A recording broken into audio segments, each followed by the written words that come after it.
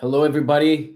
Welcome to another geopolitical analysis video. Please like and subscribe. I hope you had a Merry Christmas wherever you are, and definitely looking forward to this video. Lots of interesting things to unpack as we enter into the last video of the year. I believe our channel had 32, 32 videos this year. Not bad. We could definitely do a little bit better and push those subscribers higher as well. So please, if you haven't subscribed to the channel, please do so. Like, comment the video. I definitely like to hear your feedback on this. A lot of these complicated issues that we like to solve here on this channel. So let's dive into the first thing. I haven't been on Twitter for a few days, but today I was going through some interesting political and non-political threads.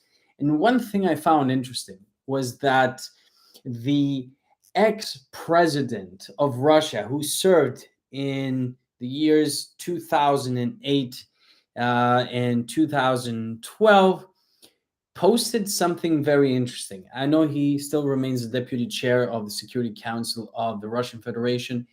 Um, he has a lot of interesting tweets. And, now under Twitter, under Elon Musk, has become a little bit more interesting. And I say this is because you don't see the banning that it exists, the shadow banning, especially where you don't know what you've done wrong, but it's all the unpopular things that you post that affect the trafficking and the exposure you get from the algorithms. But it's become really interesting because I personally love to hear the opposite side, and I'm thrilled to hear from people who have a very controversial stance on things. So one thing that I went through was Dmitry Medvedev posted the predictions that they have for the coming year of 2023. Now, many people have talked about 2023, including myself, that we will enter into a deep recession and we will have some sort of economic crisis as we transition as well to many different things on energy level, economic level. We talked a lot about the central digital currencies that have been tested by close to 100 countries now. And of course, the China US um, competitive stance of both, or enemy stance. So that's something that is yet to be uncovered, but things indicate that we might see more developments there and a more heated relation unfold. So let's go into these predictions. I want to go in this because this ties in with a lot of things that we've discussed over the last 2-3 years on this channel, and it's a brilliant segue towards some of the topics that we've raised, the energy and also the relation between countries. So prediction number one, again, this is from the ex-Russian president Dmitry Medvedev. So number one, he says oil price will rise to $150 per barrel, and the gas price will top 5,000 per 1,000 cubic meters. Now, this year we saw the oil barrel reach ridiculous heights after the war. And before that, especially during the COVID lockdown, we saw the oil price go to negative. So this is a very interesting prediction for 2023. A lot of people believe that because of the recession, there will be less consumption of things and less transportation. Hence, there will be less consumption of oil overall, and that's why we're going to see prices decline. That might be right on a theoretical basis, but whether or not we enter into very deep recession is something questionable. Some people think we might not even enter into a recession. We might just see gradual, slow growth. But in this case, to see natural gas and oil increase, I wouldn't be surprised at all. Why? Because the First World War occurred because of coal. Second World War really occurred because of oil. And the Third World War might occur because of natural gas. It's a cleaner, much more effective energy source, and it falls in between the ESG and the hydrocarbons. So these two brotherhoods of energy that are banging their heads on the chessboard will probably give way to natural gas. And when I say give way, I mean you will see developments in the drilling sector, the production, transportation, and we will see a lot of competition and a lot of conflict of interest, especially like we saw within Germany, with the ex-chancellor and the current chancellor. Of course, he stepped down from Rosneft, the Schroeder, the German Gerhard Schroeder. So that's a very interesting prediction. $150 a barrel. It could happen. It could happen. But then again, higher prices cure higher prices. So if more people are giving up on the transportation and consumption, that inevitably will drop. But I definitely have a bet for going long on oil prices in the market. The UK will rejoin the EU. That is a very interesting one. The EU, of course, I don't know how the EU will feel about having them back in. A lot of members of the parliament might rejoice because the UK brought also a lot of money to the European Union, and of course, it's a strong economy. But now with the AUKUS situation, it might be a bit tricky. I do not know if that would. I don't know exactly what to say about this. I really don't think that will happen. But if it does, apparently he says the EU will collapse after the UK joining Europe again, and that the former European currency will stop existing as a default currency of the bloc, of the Union. Now, he continues to say that Poland and Hungary will occupy Western regions of the formerly existing Ukraine. We've seen different voices, different ultra nationalistic voices from Poland and Hungary discuss about former lands of Ukraine belong to them. I haven't done my research there, so I cannot really say much about that. But he continues to say that the Fourth Reich will be created, encompassing the territory of Germany and its satellites, Poland, Austria, the Baltic states, Czechia, Czech Republic, Slovakia, the Kiev Republic, and other outcasts, right? Because the German model really occupies those areas that had a strong influence, especially the Third Reich, the Nazis. But these countries have depend on Germany, like Austria. You have some of the Baltic countries, Czech Republic, Poland, Ukraine. Ukraine less so, I would say, but Slovakia and other countries have developed a relationship with Germany as a strong manufacturing country, importing cheaper energy, and also playing that allowed Germany to play around with the green renewables and advance some of the technologies, make it more efficient. Might see a rejoining into the Fourth Reich. Now, war will break out in France in the Fourth Reich as Europe will be divided. Poland repartitioned in the process. Northern Ireland will separate from the UK and join the Republic of Ireland.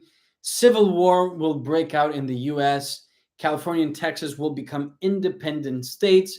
And as a result, you will see that Mexico will form an alliance with Texas. Elon Musk will win the presidential election in a number of states, which after the new civil wars end will have been given to the GOP. That is very funny. I think he's trolling here a little bit. But then again, we might see something like that happen. Who would have thought Trump, aside from people of his circle, who would have thought that Trump would actually run for office, right? A lot of people thought he wasn't cut for that because he wasn't politically correct and didn't have the attitude uh, to be in that scene because he's a, a businessman, right?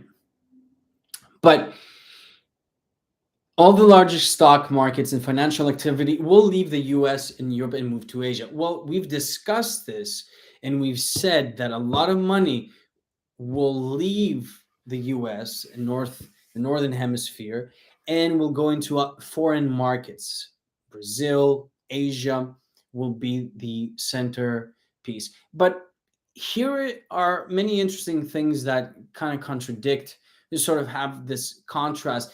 When we talk about the demographics really are what play a role when it comes to development and especially growth, not just from a consumer outlook, but from productivity, right? Having new entrepreneurs, energy, having new ideas coming to the space with fresh minds coming out of schools and bringing out new technologies and innovations. All that happens from newer generations, right? And the millennials in the US occupy one of the largest age groups in the world. So we're seeing that the US, in terms of demographics, is doing very well. So I'd be really surprised to see how that plays into effect because demographics is a big chunk of the of innovation and growth overall. His final point is very interesting. He states that the Bretton Woods system of monetary management will collapse, leading to the IMF, World Bank crash. The euro and dollar will stop circulating as the global reserve currencies, and digital fiat currencies will be actively used instead. Yeah, we've seen that with the testing. We've seen a lot of uh, digital currencies like we've discussed, and of course the euro and dollar, which is very hard to break into because the euro dollar system outside of the US, of course, occupies a lot of markets, and it is seen that it's another gray area of its own that is very unclear to most Americans and Europeans because we see that this is the system where money flows out of the US and sometimes money flows into the US from. So, stating that the IMF and World Bank will crash, that could happen. Bretton Woods system as a monetary management will collapse. You see, a lot of these things again have to do with geoeconomics. Geoeconomics, right? That's everything. You have geopolitics, but really within it's like a Russian doll.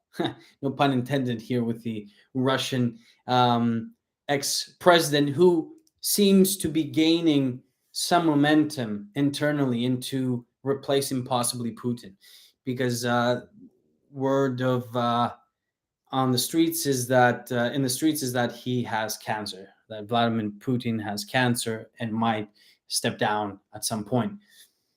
But interesting to see that Bretton Woods system will collapse. Well, you see, the Bretton Woods system, there are different phases of the Bretton Woods system, and there are a lot of talks about gold coming back to the scene, as many countries might want to pay in gold rather than American dollars. There's never been a fiat currency that has lasted for more than 100 years.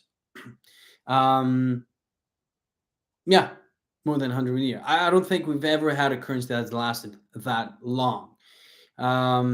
So there have been some in uh, older days and times, like the Byzantine Empire has lasted the longest in terms of its own currency. But in terms of the American dollar maintaining that dominance, I think that we'll see a decrease substantially, especially when you have countries that want to pay in commodities, especially with BRICS coming in. I don't think it's a huge threat, but I do think that it changes up a lot of things. So where do we have to be positioned in all this? Should we accept these digital fiat currencies? We've done a video on it. You can see one of our recent videos on the relationship of the UK Prime Minister, with the CBDCs. Um, Now, as we enter into this question of do we want bigger governments or smaller governments, we quickly understand that a bigger government inevitably spends more. And that affects the economy overall, but also the US system dictates the finance of other nations, right? That it may not even have direct trade with. So Congress is to approve $1.7 trillion spending bill. The majority of people say no, it should not. And when we look at the debt to GDP ratio, I believe it's tripled over the years. So this narrative that we're not going to be printing any more money is false. We've been addicted, especially with these stimulus checks that were issued in the US and in Canada and some other parts of the world, have made people addicted to free money. And that's a bad thing, especially when you are competing and you're trying to grow. Because people are getting used to this UBI system that has been discussed even in the UN that will solve the disparity problem between the rich and the poor, and this wealth gap will sort of subside, will close in. Which is again another scheme. It's another marketing. Because whenever we use the word because, we naturally, subconsciously, just psychologically get trained for what comes after that word. And we just accept it. At least most of the people do. Not our channel. So, very interesting. I'd like you to go to Twitter if you have an account. Follow Dmitry Medvedev. He has interesting posts in English aside from his Russian profile. And I'd like to think, I'd like to hear from you guys. What do you think about this? I can see some of these things playing. I can see the oil price increase. I can see some of the civil war narrative there in the US. I can see some of the EU turmoil happening. See, the EU is sitting on a hot pressure cooker that is just getting hotter and hotter. And at some point, something's going to break. Relationships have not been good between several countries, and those who are the pro EU members and those who are the anti have a lot of strong convictions. So that's a very interesting thread right there. And one thing I want to talk about is that something that flew under the radar, we didn't really hear too much about it, was in October 23, we heard there was a John Hopkins Security Council, Center for Health and Security, which is one of the most famous universities in the world. John Hopkins, especially when it comes to health, they were really ahead of the curve when it came to COVID in terms of educating people and posting articles of what its specialists thought of the data and all that. And they did a very good job of keeping up to date. October 23, 2022, the World Health Organization, several African countries, including Germany, which is weird, and Bill Gates, with representing the Gates and Melinda Foundation, were present there discussing about a potential catastrophic contagion that might erupt in 2025. Catastrophic contagion security. Catastrophic contagion. Now, this was a simulation, and the simulation that ran indicated that this might take place in 2025. 2025. So again, we see a lot of centers do testing and simulation for potential outbreaks. Either they know something we don't, or they're just innocently doing stuff for the greater good to prepare for bigger contagion. This one, though, targets the younger people. But I'd like to remind you something that happened, I believe it was 2019. was an interstate experiment, a simulation that was run at the same time, I believe, that we saw the outbreak in China before the whole Western world followed the mandates. There was a crimson contagion experiment that was taking place. It's more like a simulation in the US. You can Google it, crimson contagion. And essentially, he had a respiratory virus that could spread around, and it started in a very similar fashion than the one that started in China. No, not with the bad theory that's been disproved, which more scientists are likely hinting to the fact that this is not really the case. It's not really coming from a bat, but from somewhere else. But a crimson contagion was the simulation that run in the United States with a narrative of somebody coming from China, I believe, with a respiratory virus that spread, and it spread mainly from the airports, and it was a type influenza type of virus. Now, these simulations have run multiple times, and when you hear people, "Oh, we were not prepared for this," or "We were not prepared for that," that is a lie. We have special security councils that run different risks and simulations. And in this case, the United States had a simulation in 2019, just before the pandemic occurred. So it's very interesting to see that. Do they know something we don't? And exactly why is it that Bill Gates and other people hint that we will see a much larger scale? A lot of depopulation theory comes into effect, a lot of these conspiracy theories, which I believe hold a lot of water and have a basis, because we see time and time again a lot of these powerful people who have invested billions into healthcare, into research, openly discuss about these things. So to me, after the pandemic, I believe we have to be very, very skeptical when we see this. Now, has Russia lost the war? Let's go to our final topic of today. Has Russia lost the war? Well, it seems that Russia has upped a notch its attack. And there's many indications that we will continue to see a ramp up as there are many Russian reserves who are taking place. And this is a very scary scenario because we're also at a time where the Balkans are showing this eruption between Kosovo and Serbia. Serbians are stating that part of Kosovo, North Kosovo, I believe, like the Serbian president stated, they're being pushed around and they're trying to take away the rights of the Serbian people in Kosovo.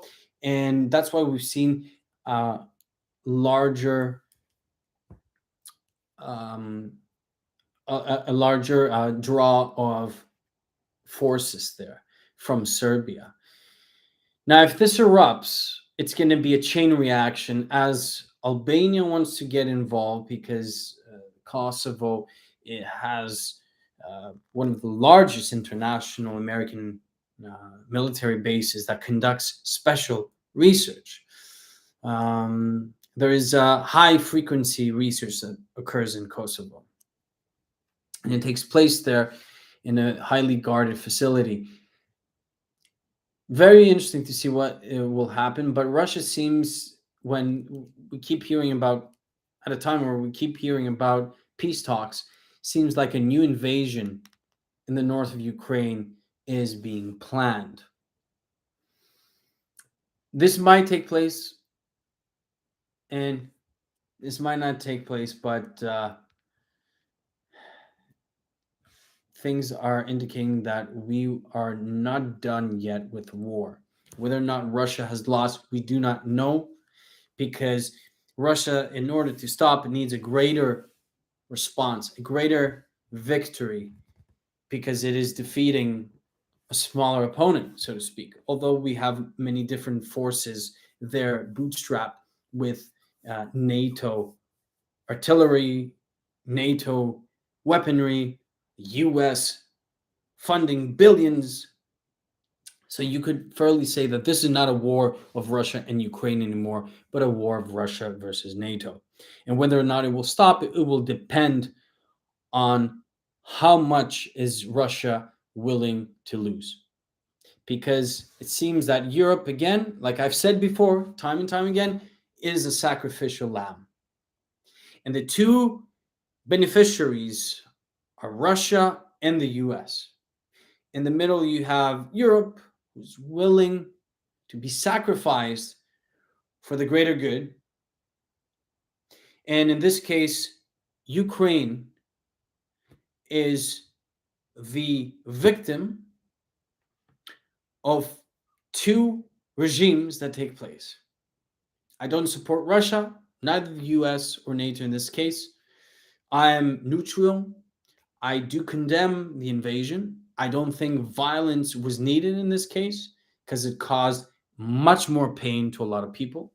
So those who believe that Putin is fighting the globalists or the Western powers of the US hegemony, well, if Russia was in power and controlled most of the West, they would do and act in a similar fashion.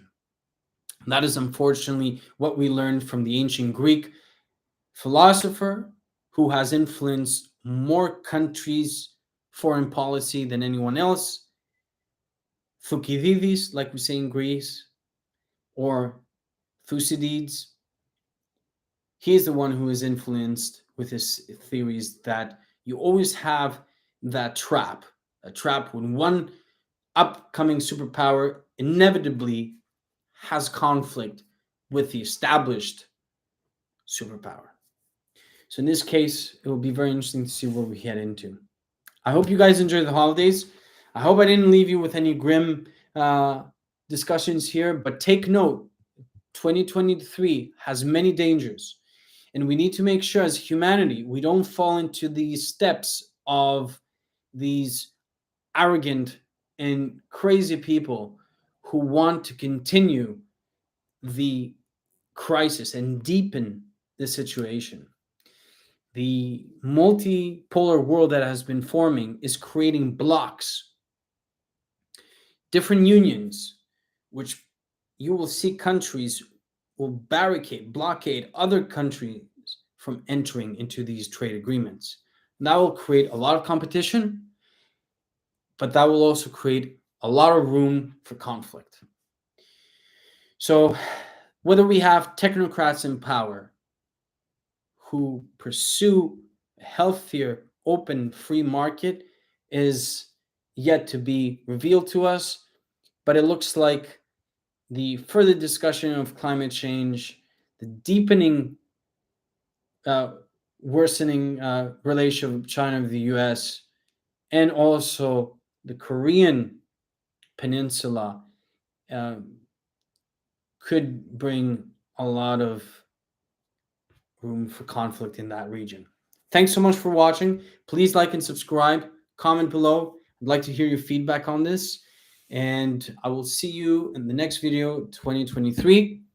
The first week of January, I'll decide which date suits me best. But I hope you guys enjoy the rest of your holidays. Spend time with the family. I hope you're enjoying it from wherever you are in this beautiful planet of ours. And just be reminded that hope is the strongest tool we have for a better day. All the best. Bye for now.